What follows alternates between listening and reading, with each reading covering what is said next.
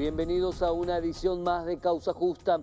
Teníamos otro tema preparado para este primer bloque, para el acostumbrado editorial de Causa Justa, y lo tuvimos que cambiar por el cobarde asesinato del colega periodista de Radio Mambay en Pedro Juan Caballero, Humberto Coronel, asesinado cobardemente por la espalda.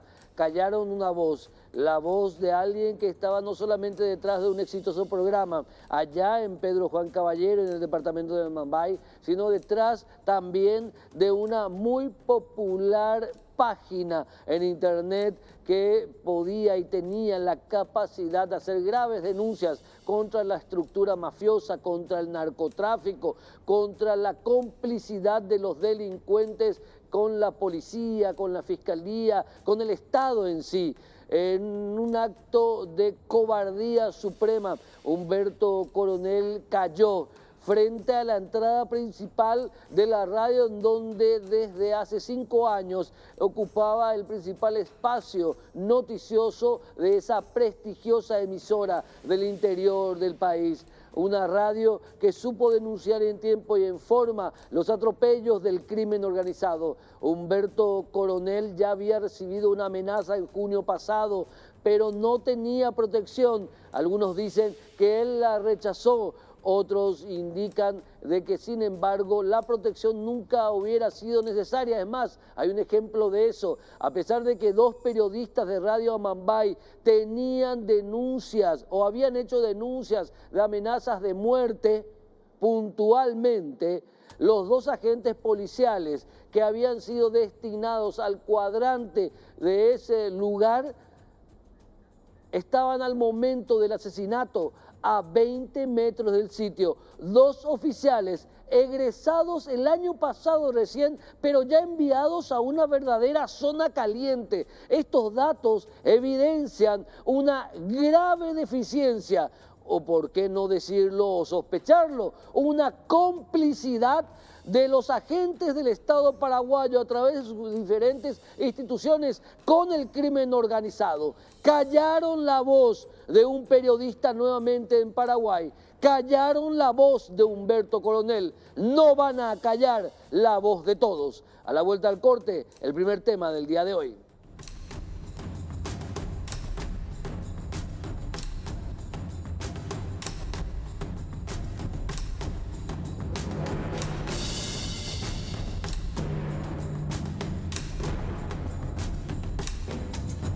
Mañana jueves, los docentes de las facultades de Derecho, que son parte de la Universidad Nacional, que muchas veces confundimos con la Universidad Nacional de Asunción, sin embargo no es así.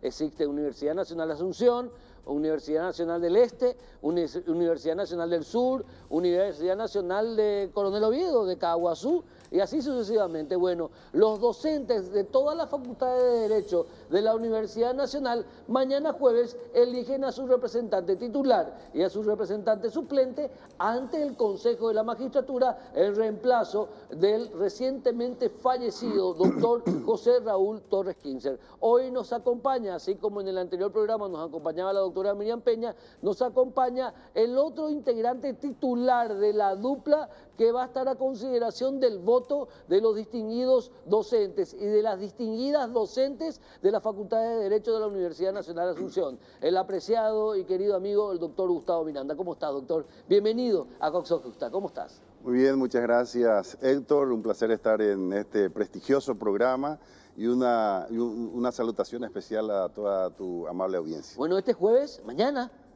es el momento, el día de la clave, el día clave.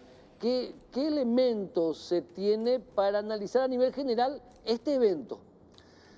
Bien, en un proceso maratónico estamos concluyendo el día de mañana con las elecciones correspondientes para elegir a un representante titular y un suplente ante el Consejo de la Magistratura por el estamento de los profesores de las facultades de Derecho de las universidades nacionales, en realidad.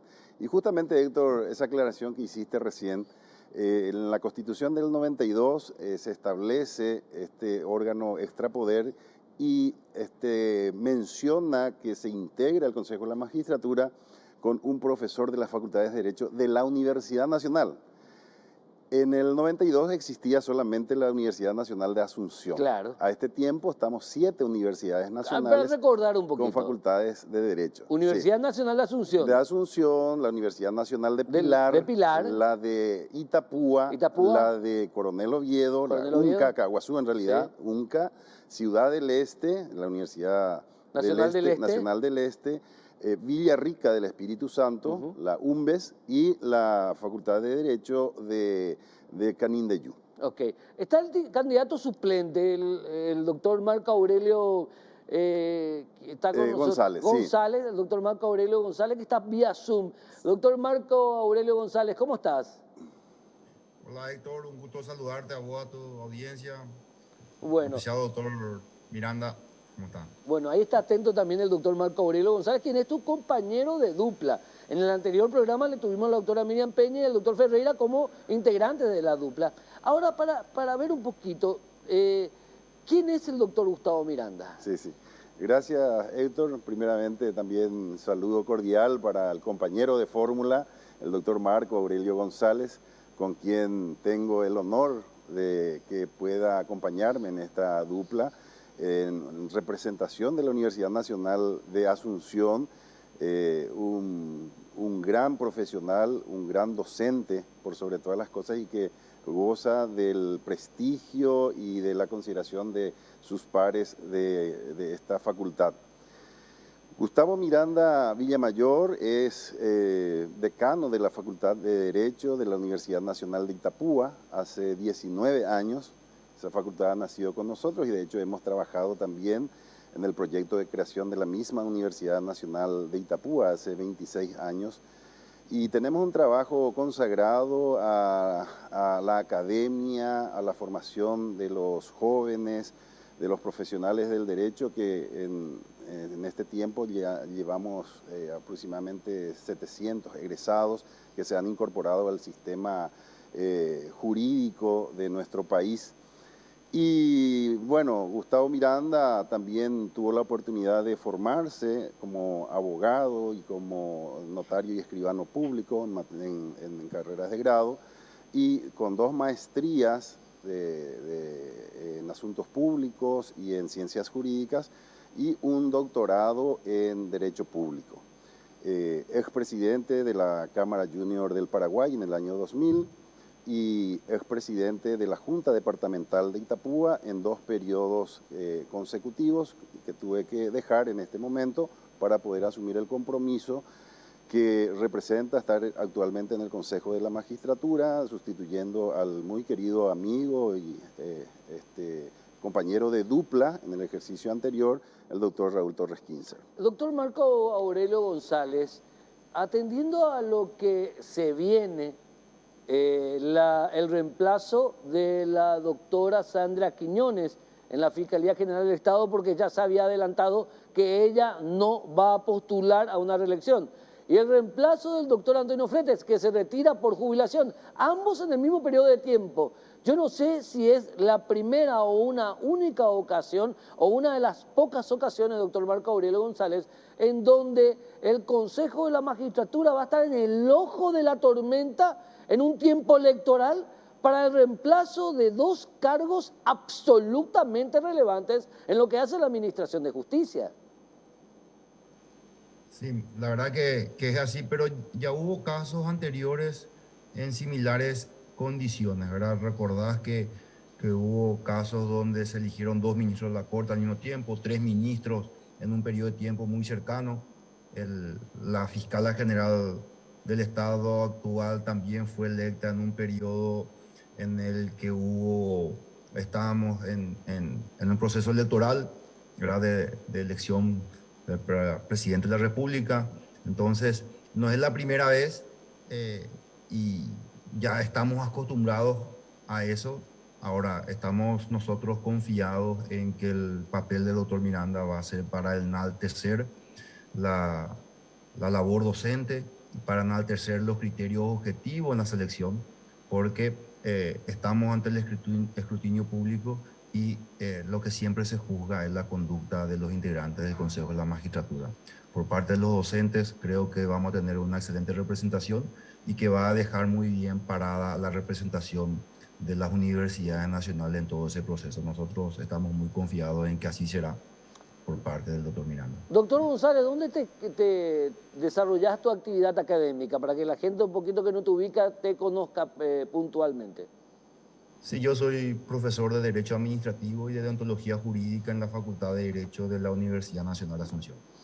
Sí, una gran materia que a mí me dio bastante dolores de cabeza, pero que la que hice y la admiré a esa tu materia, doctor, una vez ya en ejercicio de la profesión, no solamente como abogado, sino como periodista. Ahí le comencé a querer a Derecho Administrativo, pero fue bastante dura. Ahora, doctor Gustavo Miranda, ¿por qué deberían los casi, no sé, 830 docentes universitarios de la Universidad Nacional elegirte a vos y no elegirle a la a la rectora, perdón, a la decana, mejor dicho, de la Facultad de Derecho de la Universidad Nacional de Asunción, la doctora Miriam Peña?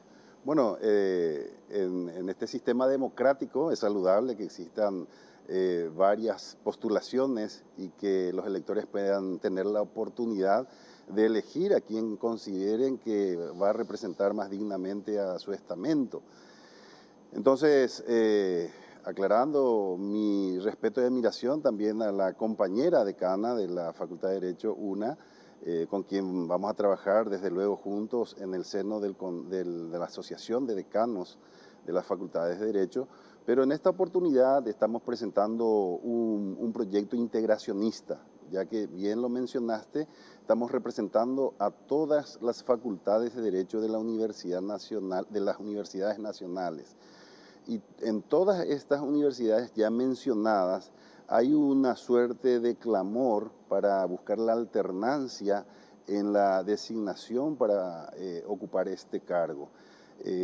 Velar por los intereses de todos y de absolutamente todos los docentes escalafonados y no escalafonados también de las facultades de Derecho, porque es una representación calificada, la del estamento que proviene de la academia y que tiene que tener un rol preponderante en la gestión y en el desarrollo de las actividades en el Consejo de la Magistratura, porque si bien es cierto, es un órgano colegiado integrado por representaciones de los tres poderes del Estado, del gremio de abogados y de los docentes, entonces hay situaciones, cuestiones que deben ser analizadas como proyecto presentado por la academia. Entonces la propuesta es la de acceder al cargo de manera horizontal, es decir, con el aval, la orientación del estamento docente a través de sus autoridades legítimamente constituidas. Llámese asociación de decanos y exdecanos de las facultades de Derecho, los docentes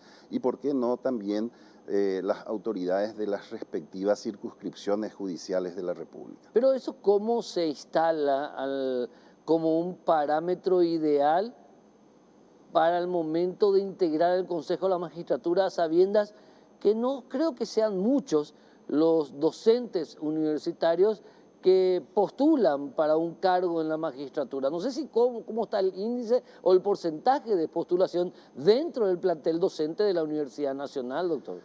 Sí, ya mencionábamos que el universo electoral está constituido por 830 electores, docentes escalafonados, porque la ley determina que deben ser docentes escalafonados quienes integren el padrón nacional. Y representaciones de todas las facultades. Entonces, es cierto, la Facultad de Derecho de la Universidad Nacional representa casi el 50% de ese electorado y el otro 50% repartido entre todas las facultades del interior de la República. Entonces, lo que nosotros estamos enarbolando como bandera es el proyecto integracionista de todos los docentes y que tengan la oportunidad de acceder y que sea ese representante ante el Consejo el que pueda canalizar las inquietudes, las aspiraciones fundamentalmente de aquellos postulantes que vienen de todos los sectores y de cada circunscripción del interior de la República que necesitan tener un canal conductor desde el Consejo de la Magistratura, y nuestro eslogan es de trabajar a puertas abiertas.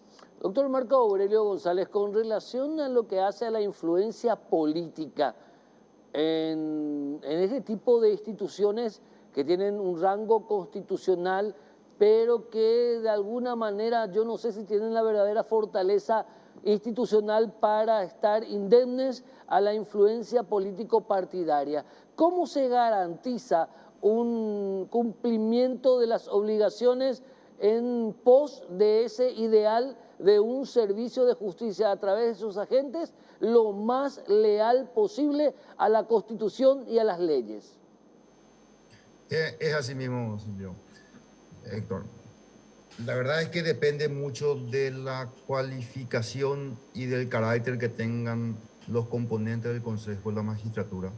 Por eso nosotros apostamos mucho por el carácter técnico, académico y la hoja de vida del doctor Miranda, porque todos sabemos, y esto no vamos a pretender desconocer, las dos instituciones más criticadas que ha creado nuestra Constitución son el Consejo de la Magistratura y el Jurado de Enjuiciamiento de Magistrados, porque precisamente ya tienen una composición política desde el momento en que tienen una representación por parte de representantes del Congreso, valga la redundancia.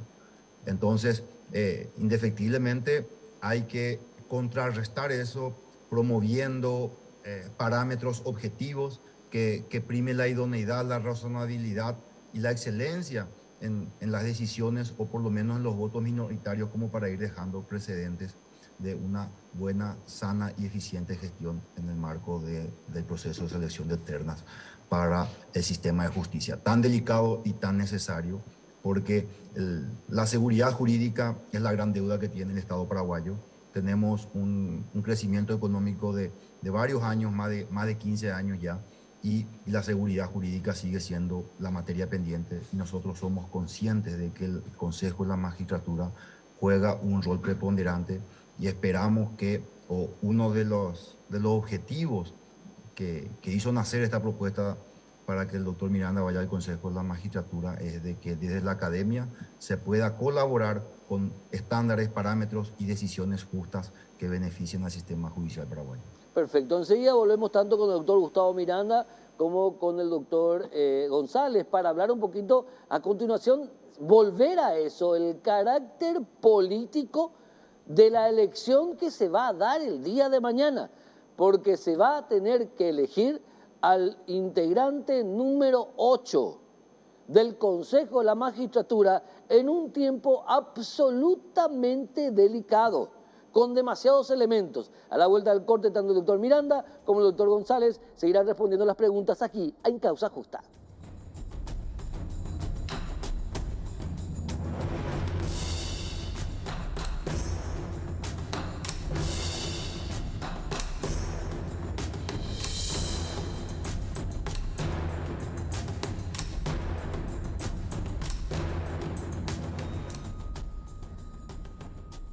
Mañana más de 800 docentes de las universidades nacionales en el Paraguay elegirán a su representante ante el Consejo de la Magistratura, que ocupará dicho representante o dicha representante, porque está la doctora Miriam Peña y está el doctor Gustavo Miranda, para reemplazar al extinto José Raúl Torres Kinzer en ese importante lugar en lo que hace a la Administración de Justicia, donde todo el servicio de justicia empieza, porque sí, todo el servicio de justicia empieza en el Consejo de la Magistratura, ni más ni menos la relevancia de la elección que se va a dar el día de mañana jueves en las universidades nacionales, en las facultades de Derecho de las universidades nacionales del país. Más de 800 distinguidos docentes y distinguidas docentes.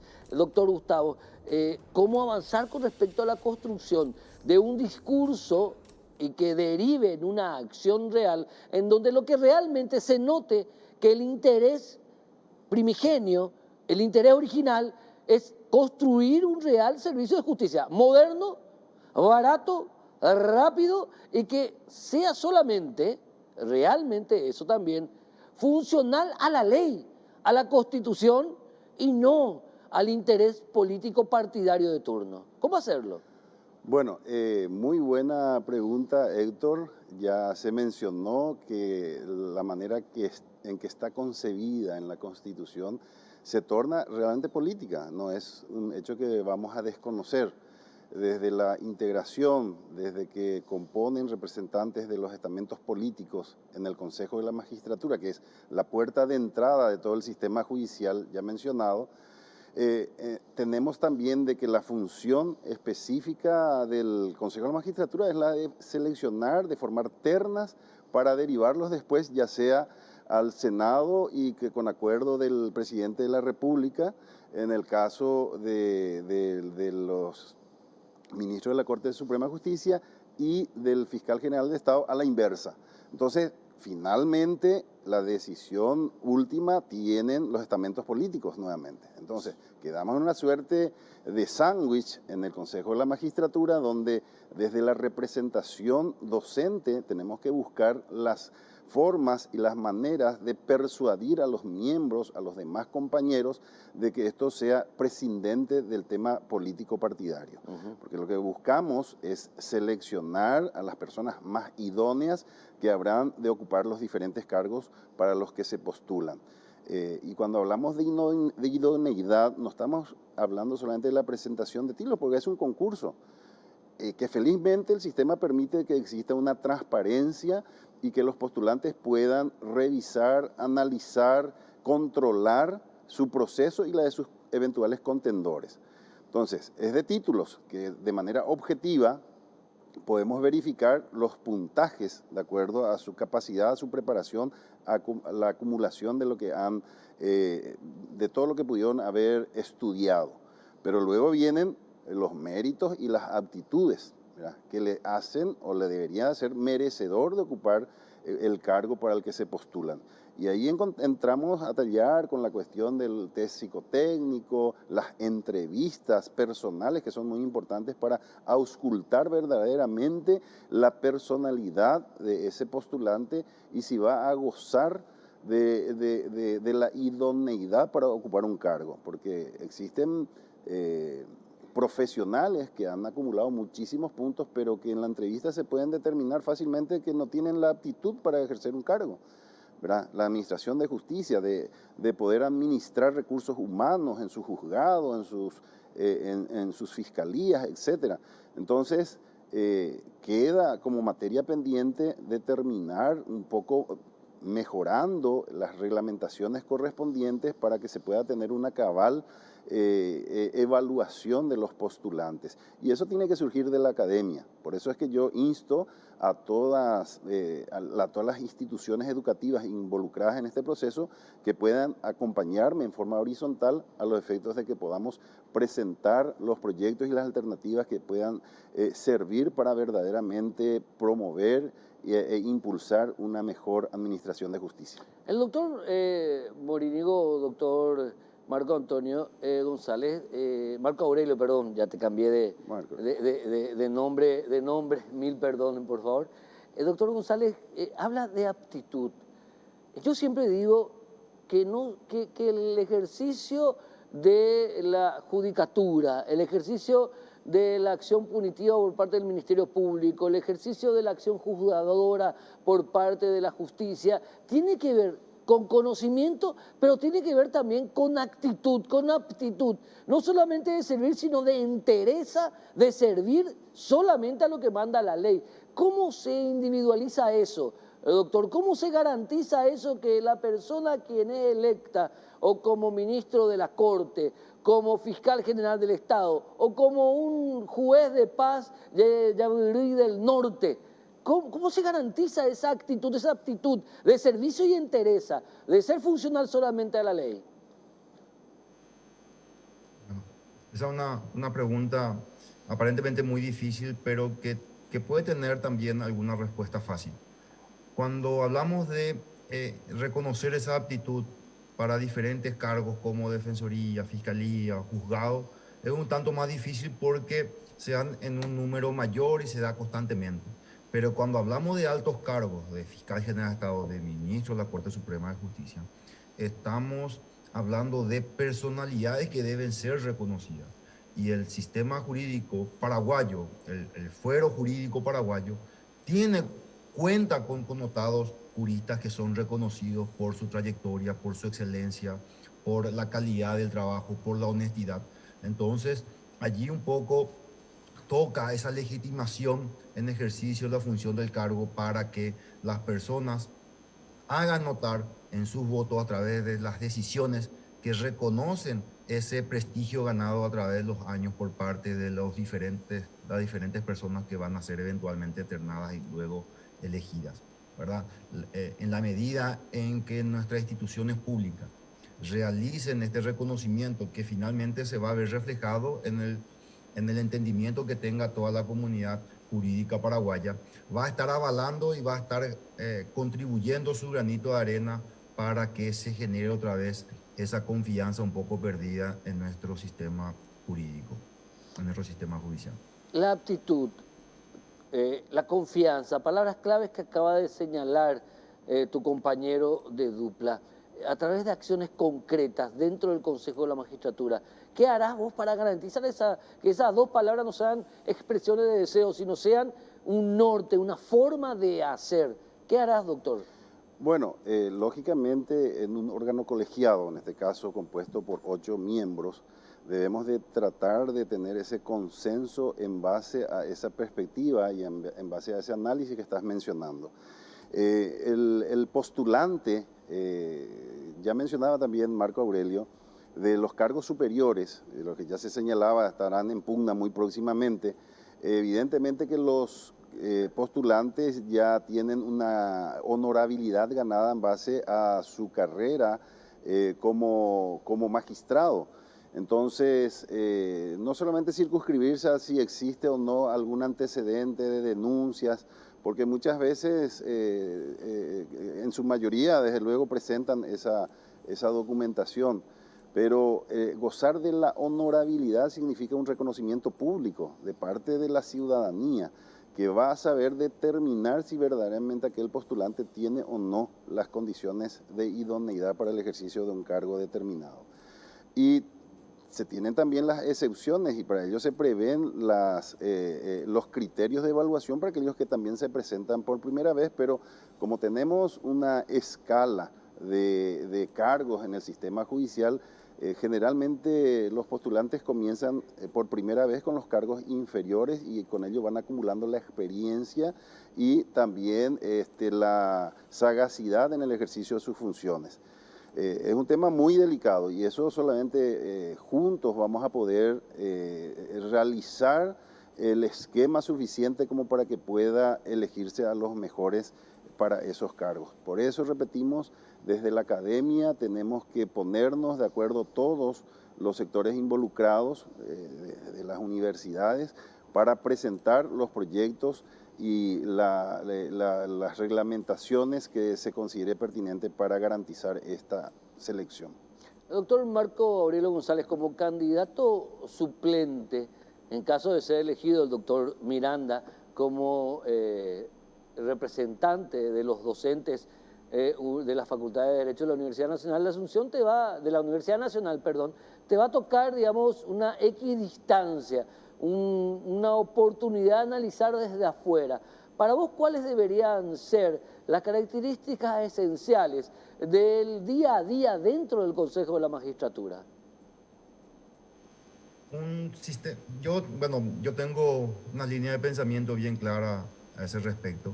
Primero, que se tiene que premiar la meritocracia, en la medida en que se vuelva un sistema de designación más objetivo, se va a perder el condimento subjetivo y que muchas veces está contaminado por el sistema político, ¿sí? En la medida en que se generen los reglamentos, las medidas, las evaluaciones y las puntuaciones más objetivas con parámetros más claros, yo creo que eso va a ser mucho más factible. Lo otro es que se debe modificar un poco el sistema de exámenes, por ejemplo, donde hoy uno para rendir los exámenes solamente tiene que estudiar leyes, códigos y nada de textos que obliguen a interpretar y a aprender los textos que son leídos de modo que la gente pueda formarse una conciencia racional en torno a los diversos aspectos jurídicos. Porque estamos contribuyendo ya desde la Facultad de Derecho, es cierto, estamos haciendo esta autocrítica también en el seno del Consejo, donde no estamos fortaleciendo esa capacidad de análisis que debiera darse ya como barrera de entrada para acceso a los cargos. Creo que existen muchas iniciativas respecto de esto, no hace falta inventar la rueda. Respecto de esto solamente hay que ver modelos exitosos en nuestros países, copiar lo bueno, pero no solamente copiarlo directamente, adaptarla a la realidad paraguaya, a lo mejor ir haciendo algo gradual, ¿verdad? Porque ningún cambio puede ser muy abrupto para que tenga buenos resultados. Es decir, hay que hacer toda una especie de análisis, pero evidentemente deben trazarse objetivos, debe escucharse a la academia para entender cuáles son los mejores modelos de gestión y los que pueden garantizar una mejor designación. Yo creo que sin duda el camino no es uno solo, el camino es el análisis, la reflexión para determinar esos objetivos y luego el proceso de implementación de esas estrategias que nos lleven hacia un criterio más racional, más objetivo y más reflexivo. Doctor Marco Aurelio González, candidato suplente al Consejo de la Magistratura, gracias y éxitos para el día de mañana. Gracias, Héctor. Un fuerte abrazo. Un placer, profesor. Doctor Gustavo Miranda, mirando a la Cámara, el mensaje para los distinguidos votantes del día de mañana, esos 800 docentes, esas 800 docentes, el mensaje tuyo y con relación a lo que se dará el día de mañana. Sí, mañana va a ser el punto culminante de este proceso electoral. Simplemente invitar a todos los docentes escalafonados que se hayan empadronados en el sistema electoral de nuestras facultades, de que puedan acudir a los locales de votación para elegir, para que tengan esa participación y sean protagonistas de este cambio que se va a dar en el Consejo de la Magistratura. Por primera vez en la historia de la creación del Consejo, un representante del interior de la República va a estar pugnando para este cargo. Y obviamente, decía por eso, un proyecto integracionista donde todos van a sentirse representados por este candidato. De manera que hemos recorrido todo el país, todas las facultades, con todos los docentes de las distintas facultades y hemos recibido el aprecio, la receptividad, el compromiso de una gran mayoría de estos docentes. Por eso nosotros estamos absolutamente confiados en esa palabra de los docentes y que va a posibilitar de que desde el Consejo de la Magistratura podamos representarlos dignamente.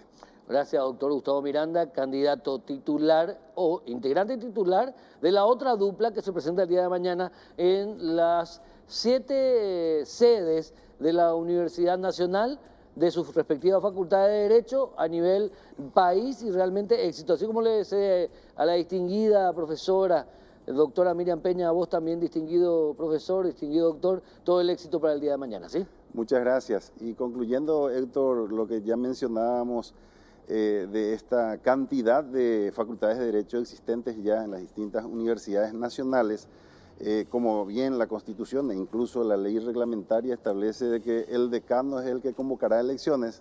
La pregunta que surgió era ¿quién de los decanos?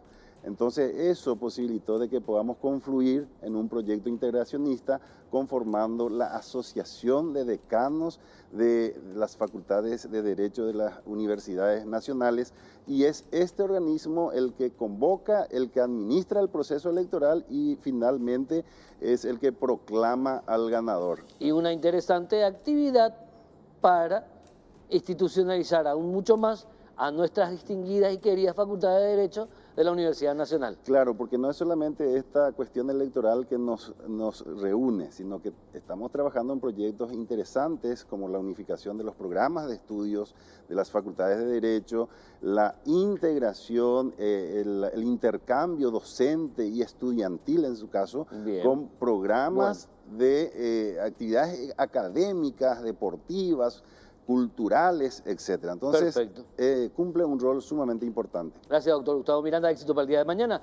A la vuelta mañana, más de 800 docentes están convocados a elegir a su representante ante el Consejo de la Magistratura, que en tiempos como lo que estamos viviendo, el Consejo de la Magistratura absolutamente será más relevante que nunca. A la vuelta del corte vamos a hablar de lo que denunciaba el nuevo Nobel cardenal, el primer cardenal de nuestro país, Adalberto Martínez. A la vuelta del corte.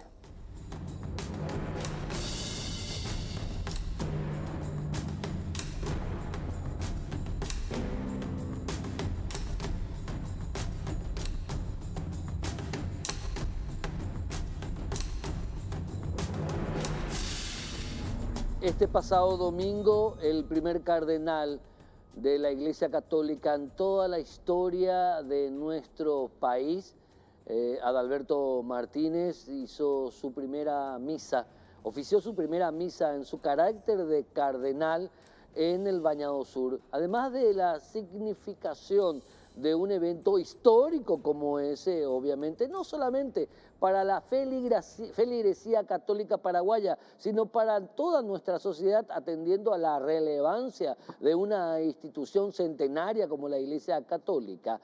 Más allá de eso, llamó poderosamente la atención lo que señalaba el cardenal Adalberto Martínez de algo que nosotros aquí en Causa Justa hemos tocado a lo largo de estos años bastantes veces, pero que ahora ha adquirido esto un cariz, una realidad, una imagen diferente y para calificarla a la misma de alguna manera una preocupante imagen. Esto decía Adalberto Martínez, nuestro primer cardenal, en referencia a este punto que queremos debatir. Nuestros encierros e individualismo nos llevan muchas veces a la indiferencia frente a determinados dramas que viven muchas familias y hogares que tienen a sus seres queridos, niñas, niños, adolescentes y jóvenes desaparecidos y cuyo paradero y destino son desconocidos o tienen un final trágico, como podría ser el caso de José Miguel Osuna, niño de 12 años del barrio Santa Ana Asunción, que llevaba desaparecido hace más de 2 meses y cuyo cuerpo habría sido encontrado entre los camalotales. ¿Qué pasó con José Miguel? ¿Qué pasó con la pequeña Juliet, más conocida como Yuyu? Lleva más de 2 años desaparecida. Y según fuentes de la Policía Nacional, hay otros cientos de casos desaparecidos, especialmente menores. Lo que decía el cardenal Adalberto Martínez en su primera misa, como en tal importantísimo cargo para no solamente la feligresía católica, sino para el Paraguay en sí, ahí en el Bañado Sur el pasado domingo.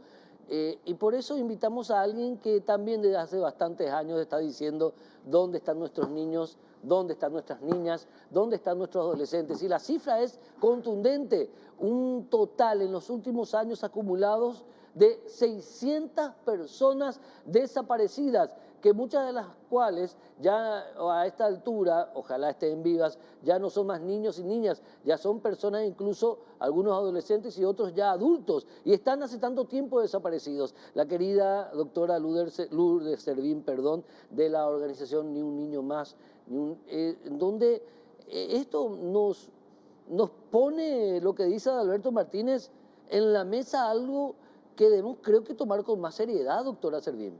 Sí, por supuesto, es algo que tiene que llamar la atención a las autoridades, Héctor. Realmente el trabajo que nosotros hacemos como organización es apenas un grano de arena comparado a todo lo que puede hacer la estructura del Estado, y es muy importante tener el apoyo del cardenal en este caso, especialmente para aquellos niños desaparecidos. ¿Qué datos logró recoger, logró tener o sumar en estos años la organización de la cual vos sos la cara visible, pero hay un montón de gente hermosísima que lo único que hace es decir dónde están nuestros niños, dónde están nuestras niñas? Tal es la cantidad de casos, 600 personas desaparecidas en los últimos años. Y bueno, el año pasado, nosotros manejamos la misma estadística que maneja la Policía Nacional y el Ministerio Público, de aproximadamente 2.500 personas solamente en el transcurso del 2021. Y hasta ahora, más de la mitad aparecieron nuevamente. Sin embargo, hay una cantidad interesante de personas desaparecidas nuevamente. ¿Eso qué significa? ¿Ante qué realidad podríamos estar?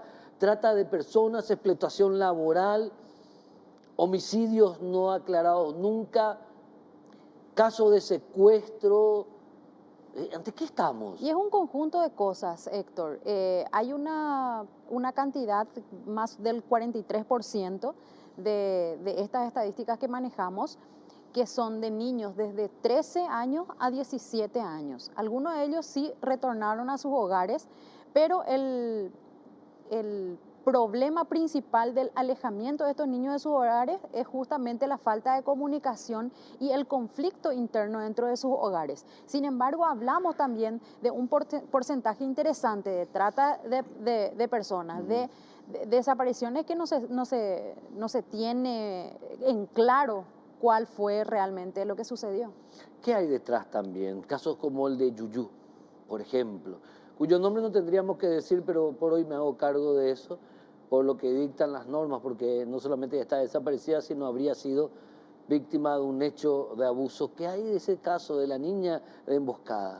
Y bueno, en este momento está continuando el juicio oral. En estos días creo que ya dan el alegato final y vamos a ver cuáles son las pruebas que tiene la Fiscalía para poder llegar a la conclusión de qué fue lo que encontraron durante los allanamientos realizados en ese entonces. Ya han pasado 2 años de la desaparición de Juliet y hasta ahora yo también me hago responsable, Héctor, del nombre de la niña, porque estamos hablando de una persona desaparecida. ¿Y cómo vamos a ubicarle, encontrarle a esta niña si no podemos dar el nombre? Claro, porque dice, hay una ley que está vigente, la tendríamos que respetar, pero paralelamente a eso, además de ese caso de la niña emboscada, ¿qué otros casos, Lourdes, a vos te llama la atención en esta verdadera quijotada que estás llevando a cabo? Y hay muchos casos que no son mediatizados, lamentablemente. Está el caso de este chico que desapareció en Benjamín hace aproximadamente 3 años. Y ahora, lamentablemente, el desenlace que tuvimos con José Osuna, que había desaparecido 2 meses y tristemente tuvieron que darnos la noticia el fin de semana. Entonces, ¿estamos ante una desidia, un desinterés, falta de herramientas? ¿Estamos ante organizaciones criminales organizadas o tendríamos que hablar de hechos aislados, doctora Aquí Lourdes? principalmente lo que tenemos que tener en cuenta es la falta de deber de cuidado en muchos de los casos. En el caso de José Osuna, su madre está siendo imputada. O sea, fue imputada al inicio porque cayó en contradicción en muchas cosas durante la investigación de la Fiscalía al inicio de la búsqueda, ¿verdad? Pero por otro lado también tenemos que tener en cuenta de que muchos niños se manejan solos por las calles, de ir al colegio o de ir al shopping o algún otro lugar y con la inseguridad que tenemos hoy día debemos acompañarlos necesariamente. Eso sin contar que hoy existe una herramienta muy importante que reemplaza a una niñera, por ejemplo, que son las redes sociales. El celular.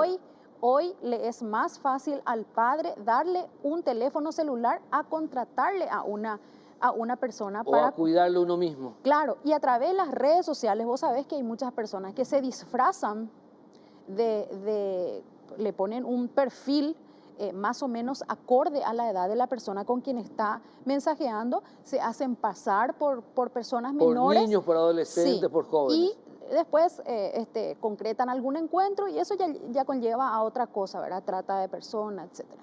Doctora, ¿cómo hacer para enmendar una aparente desidia de nosotros como sociedad ante esta situación? Porque el cardenal Adalberto Martínez deslizaba una cantidad de 600. Vos me estás deslizando una cantidad cercana a las 1000 personas desaparecidas.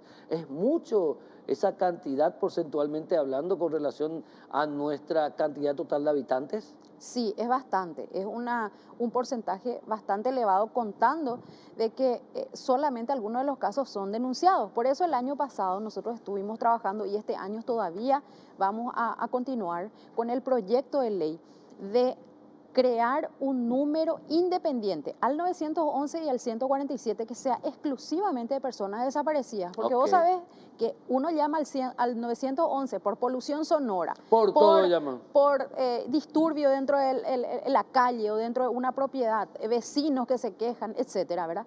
Y ahí dentro de la bolsa entra también personas desaparecidas. Entonces, ya que se creó en el 2019 un departamento de búsqueda y localización de personas, ellos tienen que tener un número que sea sola y exclusivamente de personas desaparecidas. Claro, como en un departamento especializado debería haber un número de auxilio especializado. Interesante. ¿Cómo van a plantear eso? ¿Van a presentar un proyecto de ley, un proyecto de modificación estructural del Ministerio del Interior? ¿Qué van a hacer? Sí, por supuesto. A través de la Cámara de Diputados vamos a presentar un proyecto de ley incluyendo también un presupuesto donde tengan que existir personas exclusivamente trabajando en ese departamento, porque yo te invito a que te vayas al lado de la comisaría 12 de mujeres. Hay 2 personas trabajando en búsqueda de localización de personas a nivel nacional y eso no puede ser. Es tontería. No puede ser y hay muchas ahí me hablas de la desidia, sí. Ahí me hablas de la desidia del Estado paraguayo. Ahí me hablas de eso, a través de la policía. 2 personas a nivel nacional encargadas de búsqueda y localización de personas desaparecidas. Una tomadura de pelo, doctora. Una tomadura de pelo totalmente. Así es. ¿Y cómo hacer? Entonces hay que, más recursos, el famoso más recursos, o mejor organización o interés realmente.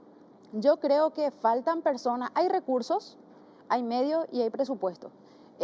Yo creo que es importante que algunos funcionarios sean destinados para trabajar en ese lugar, sin tener que ampliar el presupuesto, ¿verdad? Simplemente reorganización. Así mismo. Pero ya me diste el dato. Solamente, miren, 2 personas dentro de la Policía Nacional. 2 personas. 2 a nivel nacional encargadas de búsqueda y localización de personas desaparecidas. 2. 2, así, 2. Una locura. Es una vergüenza. No sé cómo más calificar.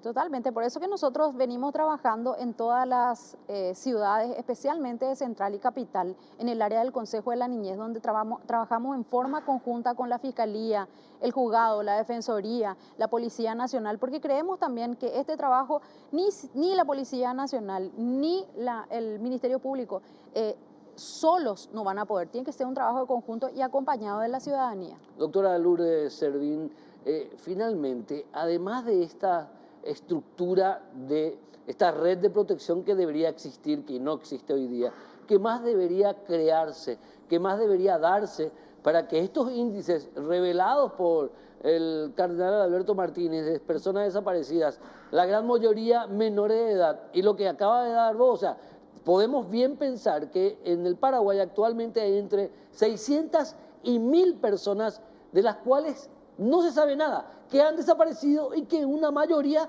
son niños o niñas o adolescentes. ¿Qué más hay que hacer entonces? Y instar a la ciudadanía a tener más comunicación con los hijos, porque hablamos de justamente un porcentaje de 43% de adolescentes de 13 a 17 años y la única forma de poder paliar de alguna manera esto es teniendo una comunicación con los hijos, ¿verdad?